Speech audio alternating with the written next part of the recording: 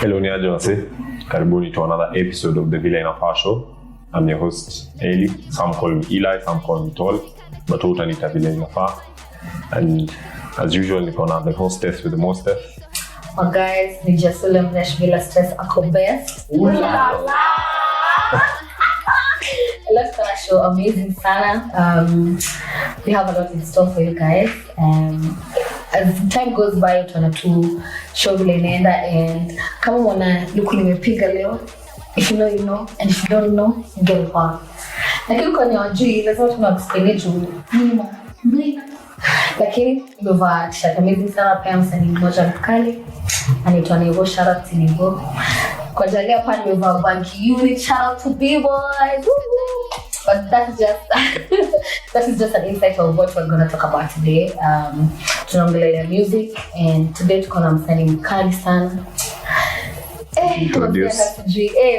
Wazee kusema nini basi. Mimi namjua kama TinyBeast because she is a TinyBeast. Yani ikadogo lakini mstari bars flow ulala. Wacha na introduce Jo.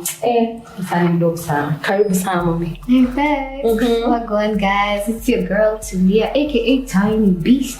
Emphasis on beast. Yes. Yeah, na niko happy kuwa hapa leo. Wow. Beast kutoka wapi? East, of course. Kama dawa. Of course, yeah. So let's call her TULIA, and she's such an amazing person. I just can't wait for you guys to experience her, to know about her, kujua tu vile journey yake ya music iko, and yeah, tutajua tu as time goes by. Yeah. Karibu sana tena. Asante, Yeah. na feel too. Oh yeah, for sure. Karibu Tulia. Sijui kama umeona show zetu previously, but we are a show based on we are trying to sell the Kenyan dream basically. I don't know about you, but I'm sure as you're doing music, you're gonna dream about getting somewhere in this music industry. Yeah, sure. Yeah, so we are just trying to sell the Kenyan dream. Mkenya ni nani? If someone asks you out there, unajua Tulia ni Mkenya ama kwanza Tulia ni Mkenya, tukianza tu hapo. Yeah, Tulia ni Mkenya, sure. Mkenya kutoka wapi? Copy respond, of course. Kweli. Kama unaina mimi Mkenya, what's wrong with you? Yeah. Anyway, yeah, mimi Mkenya. Where is Tulia from? Tulia is from the east. Mimi nimelelewa Burumo. Yeah, pia mimi ni queen of Rongai, don't even get it twisted. You're yeah, basically yeah. Hiyo ni mtaa. Tulia home. Where is home like? Home. Mimi ni mtaita mimi. Mtaita mimi ni mtaiter. Yeah. You had it here first. Hakuna kama hiyo. It's just kikomika hiyo. Bana. Patent. Yeah, patent, true. Dad ni mtaita, mom ni Meru. How they met? Even I don't know. For last me, I don't know, but you know. Yeah. So I guess you end up come Kenya. That's right. So yeah, Tulia, you said grow up mtaa, mom tofauti, queen of Rongai as well. So growing up, what influenced you as a person? Ndio useme wewe ni Mkenya based on the tribes and as in mtaa. Mimi yako tu. Sasa nimelelewa first Buru, alafu tukasoma. Kwanza nilikuwa nimesomea bidii sharati. Bidii amna majina, ilikuwa tu bidii. Bidii primary school. Kwanza like Alumni wa bidii mnajita tu bidii. si ni watu tuko na bidii. Of course. Bidii. Wanapenda kujenga nchi. Literally tuliprogramiwa bidii. Yeah, literally. Ku experience hata kukua tu hiyo shule, hata kwenda home kutembea tu hadi home. Yeah. Nilikuwa na teacher alikuwa anasemanga mwoni geto ya masoko. Kuna tumestania sorry. So yeah, I guess could live to life around, there's so much influence as you just live your life around there. Interesting people, experiences. Yeah, So you grew up in Islando, umesoma Islando. Your whole life has been based on Islando. Hapo high school nimeisha Kajiado ile ya mang'ombe. Natembea. Nimetembea Pigala form 2 hapo form 2 nikaenda Kajiado. Yeah. So but most of my time spent East. Islam, so you East. But hata before class 1 nilikuwa Eldoret. Yeah. Yeah. So even as you grew up in those places, or just touch on uni per se, but even as you grew to up, you come to join music scene. How was it like for you? Like, was it something you got sparked in uni, amateur high school, amateur Raima? Like, will you come up with a job that I can do this? Hiyo nilispakiwa nikiwa Raima. Specifically like really class 8, but tukiwa Raima nilipanga tulikuwa tunaimba girl group. Tuna shout out to Diana Chena, Charlene. Kwanza anaitwa Sinishana, shout out to her, she's an amazing. Wow. She's my bestie. Wow. Shout out to Sauti ya Malaika. Wow. Yeah, so tulikuwa tunaimbanga, but then kuna venye nikiimba just like So you were a singer before you were a rapper? yeah, but they could really sing. So really, so sasa ndio siku moja nikiwa mnakumbukanga Hot 7 at 7. Yes. I have no recollection of what. Ilikuwa ingine ya kids. Kiss 100 At 7 p.m. Oh my God. wanacheza mangoma 7 saba. songs, hottest 7 songs at that time. Sasa kulikuwa na ile Egyptian. Unakumbuka ilitoka original bila Nicki Minaj, alafu nikasikia remix. Nikasikia Ayo Egyptian, tell them big one, eviction. One nikashanga, wait, what's this? Like Aliku. Sasa moja tukapata project ya science na teacher na sisi tulikuwa on duty coincidentally. Nikaambia watu sisi tunafanya wimbo na rap. Project ya science mnaimbaje? Ilikuwa ya AIDS, alisema tukue na project tunafanya something to talk about AIDS, inaweza kwa chat, inaweza kwa wimbo, inaweza kwa poem, inaweza kwa whatever. Nikaambia tunafanya wimbo na mimi na rap, sitaki kuja. So rapping started that early on. Alafu tukapresent kwa class, akasema lazima mnibe parade, si tuko BBC wote. I guess that was my first show. Damn, for real, you can say that. So after that nikaona this is my thing. That's your thing. So from there in the high school nilikuwa tu na kitabu kangu naandikanga tu wimbo. Hiyo jente ilikuwa saa tu pekee. Yeah. Sasa beat tu iko kwa kichwa. Nasikia tu beat haitoki. Sasa natoa tu book, naandika tu bars. Wow. Alafu someone stole that book by the way, mwenye nimeyo book okay. Nilikuwa na basi nilikuwa nimeandika ati kampula nikitoka nilikuwa nimesema nikiwa imbe hii basi. Wanasema I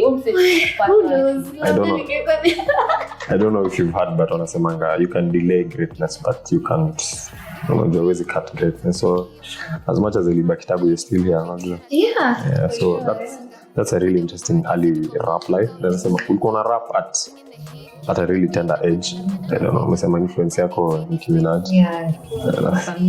That's really dope. And I just wanted to ask Tulia, where does Tulia come in? Like, Tulia ni stage name, ni official government name? Yeah, ni sani. Babangu anashindanga kusema nafaa kunilipa kutumia jina. But anyway, anamwambia ngoja nikiomoka. So when Kenyan ko hauna any stage names yeah, that's just my name. That's I mean, why not? It's a nice name. It is a unique name actually. Yeah. So kwa wale wajui Tulia means relax. Yeah, you know. That's to our international audiences anyway. So are you a chill person? Would you consider yourself a chill person? Sometimes I feel like my name is a reminder for me to chill. Nice. What about Tulia? Okay. And it's chill. What about your music? Or is it chill? What's your style of rap? What genre are you into? I feel like I bounce around a lot of things, but niliamba mostly it's chill. It's kind of chill, but kuna watu I guess ina depend kitu utapata na usikizi. Yeah, because sometimes unachachisha, sometimes unasikia kuchill. Inaendana tu na venye na feel the vibe. Yeah, because to be honest, coming across your discography, you've done a lot of different types of music. You've done covers, you've done rap, you've done what conscious rap? Conscious rap anywhere? Yes, yeah. Yeah, and that's so that's why The distracts. Not really. you have a little bit of everything. So ni interesting kujua uko nini tujona gani, but it's hard to put you in a box. Artists wengi wapende kwa in a box. Ukiuliza msee una nini yakwambia hata listeners, I don't know about you, but mimi mtu akiniuliza unasikiza ngoma gani, kwambia nasikiza kila kitu, nasikiza mpaka ngoma za wazee wetu ni. So I feel like for you it's hard to put you in a specific box that music yako ni kuna box. There's a box for some artists. There are some artists who can't actually, unlike you fit into the shrap life na bado the music party vibes. It's like I'd like to give you an example of Wasewa West. Wasewa West being the Americans and whatnot. Usually kuna ngoma zao zinakuwa cut into 3 different types of music. Kuna Wasewa West Coast, East, na the other guys from Chicago and whatnot. So I feel like nikikuangalia you'd fit in anyone. In Kenya pia tuko na more or less the same similarities. Kuna watu wanaimba ngoma za East mtaani, unajua. Wasa Eastland, ukisikia tu ngoma ya Eastland utajua. Unajua ukisikia ngoma ya msewa West ni utajua. Is it because of the nature of what we rap about ama experiences zetu za life ni tofauti? Mse yako Westlands, mse yako Eastland. You say you growing up nini labda mse wa West ya just the same thing. So what do you think influences our divide kweka ma artist kwa box? Juu artist wa West atajeka kwa hiyo box. I can't do anything apart from shrap life na vitu kama hizo, sheng rap na vitu kama. So why do you feel like you're not needed into that box?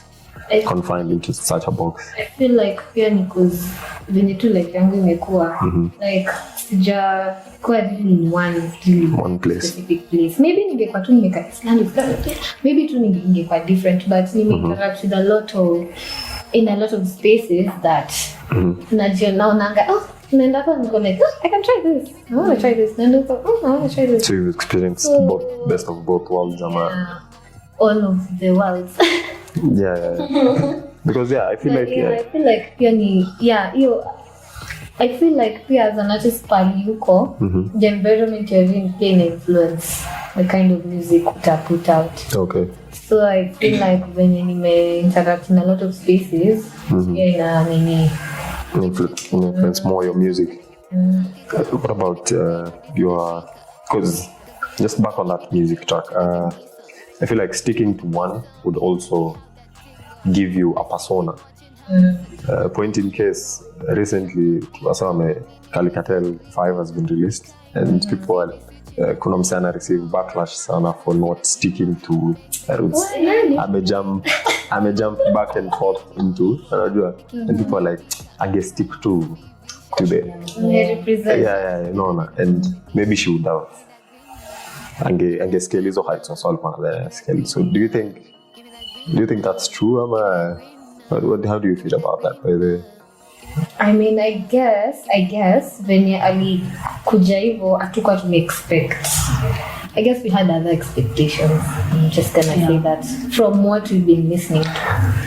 But like you said, stepping out of your comfort zone is based on the influences you've had and the experiences around you. Yeah, okay. I feel like there's stepping out of your comfort zone, but also sticking to your roots in a way.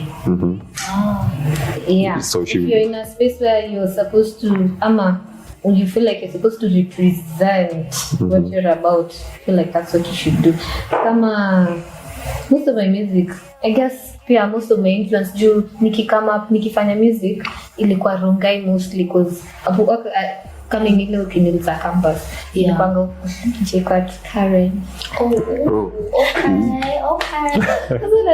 Niko si wanaitu Rongai inaitwa Karen Steve. So unajua Rongai hata kulikuwa tu na matu moja hadi shule. So mimi kanishiranga.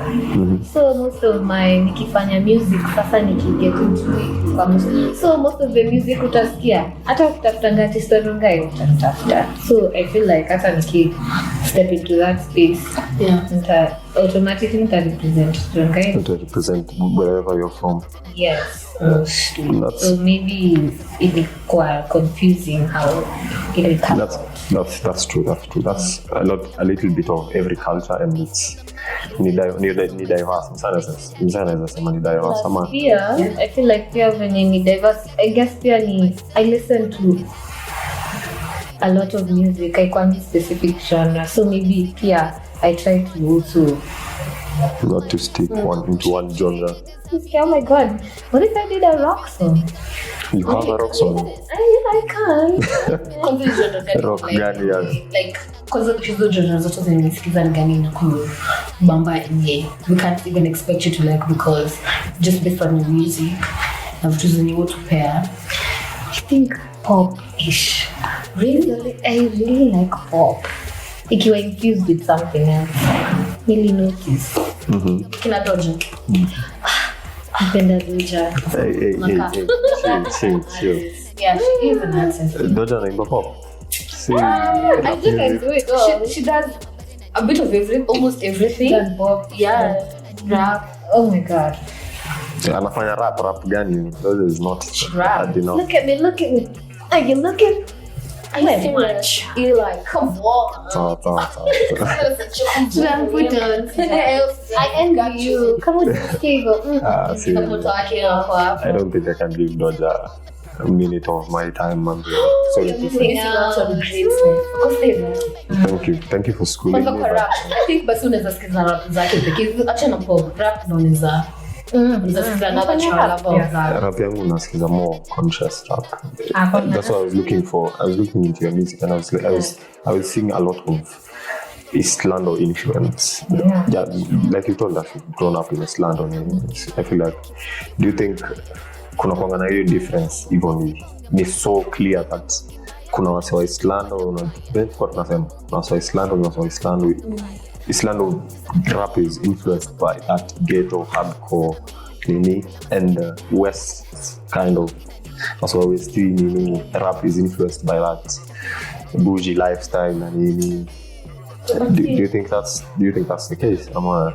I don't think it's the case really for everyone sasa, because kuna mtu kama sijui kama Jove. Yeah, part of Jove. Unaona kwanza video yake mpya. Boy, unasema kama huyo like and represent the West Side, but also in this particular song haja come off like a person mwenye ako from the West Side.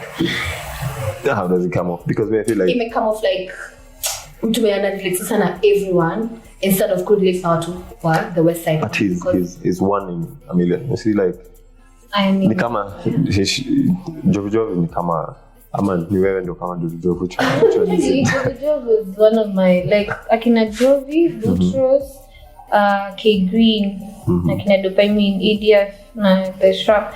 Actually mimi ninakushrap nikisikizanga akina Buti, akina K Green. Kwanza kuna tip K Green, Jovi na Buti inaitwa Tana Hobby to a Job Tataj. I don't know kushrap.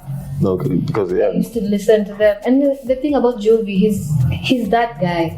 Unaona yeye alikuanga TNT wakifanya ngoma Jovi kalata hapo na ni TNT. Like so that was interesting kona venye alikuwa anaweza tu ku fit into that space na bado akwe authentically himself. But you see, so not gonna say he's one in so many, and I get, because he give out other examples. I feel like artists wa West wanajulikana, artist ametoka hiyo side anajulikana. Case in point, two of the biggest songs on TikTok for I think the beginning of the year, Ikitoka by Mulama Fegi. Cheki Itika, Ikitoka, unajua na ngoma ya this guy from East, Toxic Lyrically, Chinje.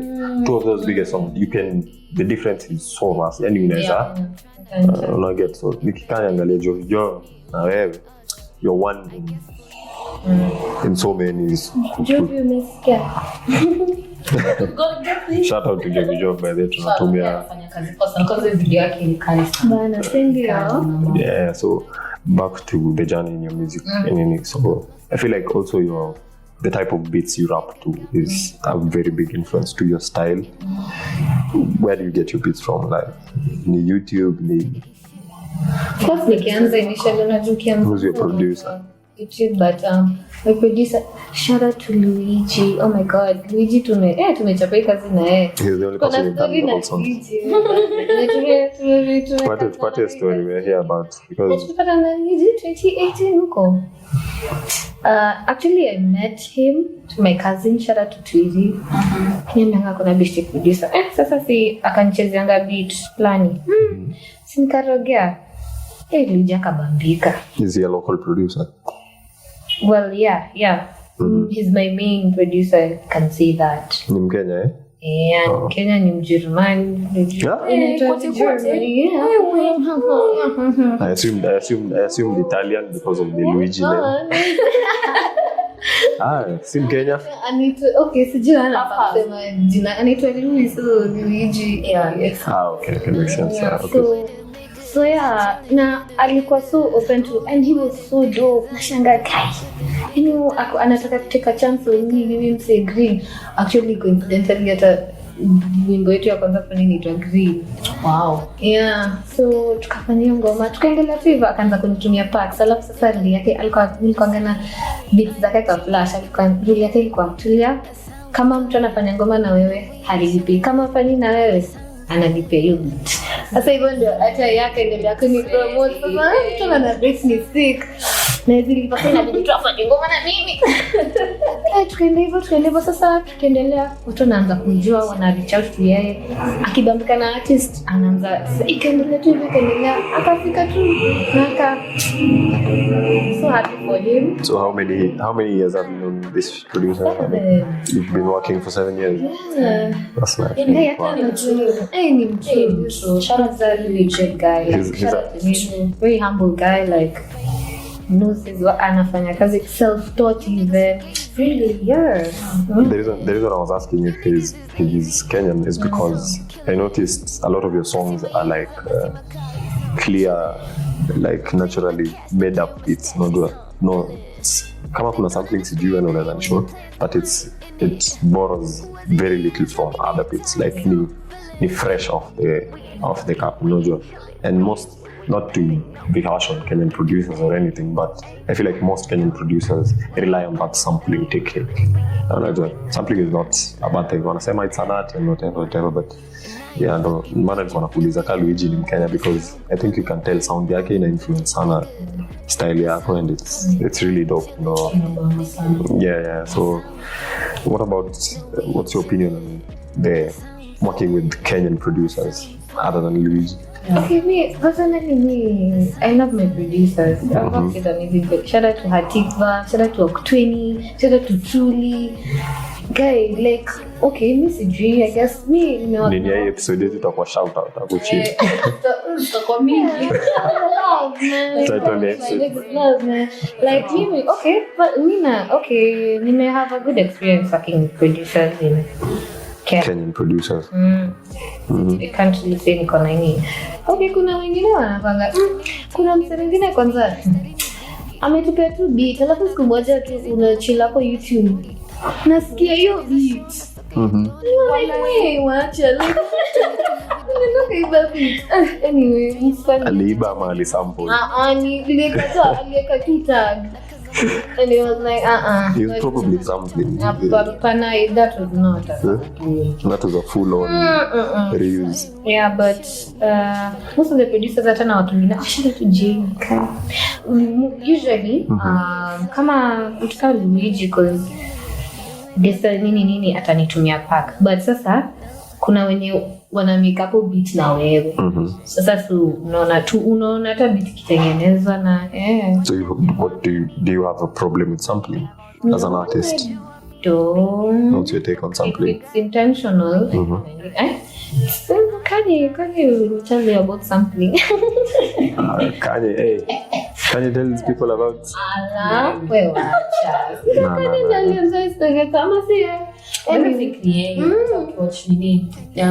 Documentary yake on Netflix. I feel like sometimes sampling ni pia pay homage ama pia kushow love inavyolia. Na pia inadepend unasema nini. Hiyo beat sample unasema nini kwa hiyo ngoma. Do they create? Sample beat alafu kwa unaenda huko. Kwa? Kachoma tu hapo. Kwa story ya nini? Wako wakina producers nilikumbusha ingoma yenye ilitokea ya nani agent na codes ya aesthetic.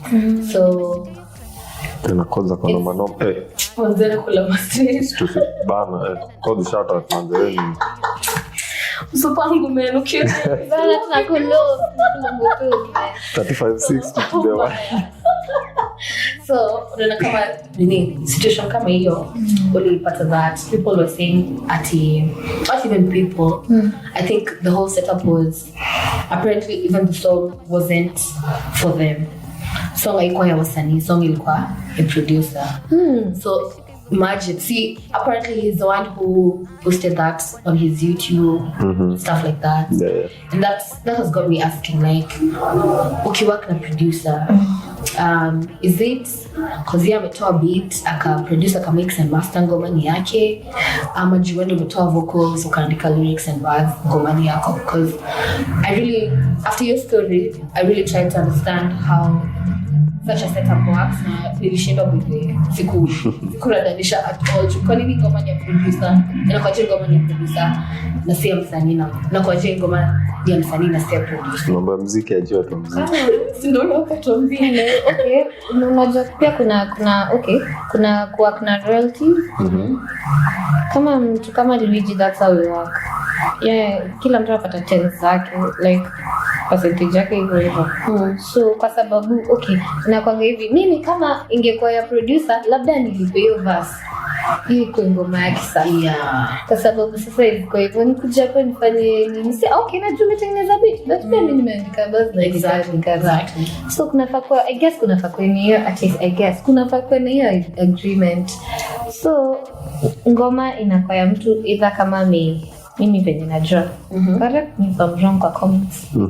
Kama amelipia like umetoa duka lipa producer ama sasa kama yeye anataka hiyo ngoma nilipe hiyo verse chukue iko yako ama unipe sasa the other thing ni kwa split sasa kila mtu apate percentage yake. Sasa I guess kunafaa kwa hiyo discussion ya agreement by the way before you move forward. Ndio kusianze kwa hizi tumepost wimbo tunaanza kusumbuana mara mnatoa I know, I mean, I'm saying it's only fake kwa hivyo. Yeah. That's actually making sense. It's fake kwa hivyo. But how do you gauge nani anafaa kulipa nani? Because sasa kama unataka ngome kwa yako nilipe. So it's a matter of who wants and who doesn't. And sometimes it comes to that. Because hata collaboration sometimes msee atakwambia anadai kukulipa hata kupea royalty anadai kukulipa hiyo basi. So what about as for you, your discography? I think the last I saw you released was the birthday mixtape, 23 and 23rd. Was that really the last one? Like a whole the compilation. The last one I did was into Blake. It was actually the first time I ever did. God, forgive me, girl. Yeah, it's so. You know, my not done So for example, I feel like 23 and 23rd was an intimate kind of project. And so how was it for you? Is it yours? Is it the producers? Kuna penye misplays. Hapo ni tunawakupia na splits. So 23 and 23rd is just we're all, it goes both ways. Everyone got their percentage and everything. Hapo tuliwa na royalties. I feel like nauliza juu listening to 22 and 23rd is it sounds intimate. Hata when you may label it's a birthday mixtape, it's for you, it's for me. So I felt like labda ni mziki yangu hapa kuna kushare nini na mimi napanga kila mtu 10 zake. That's nice.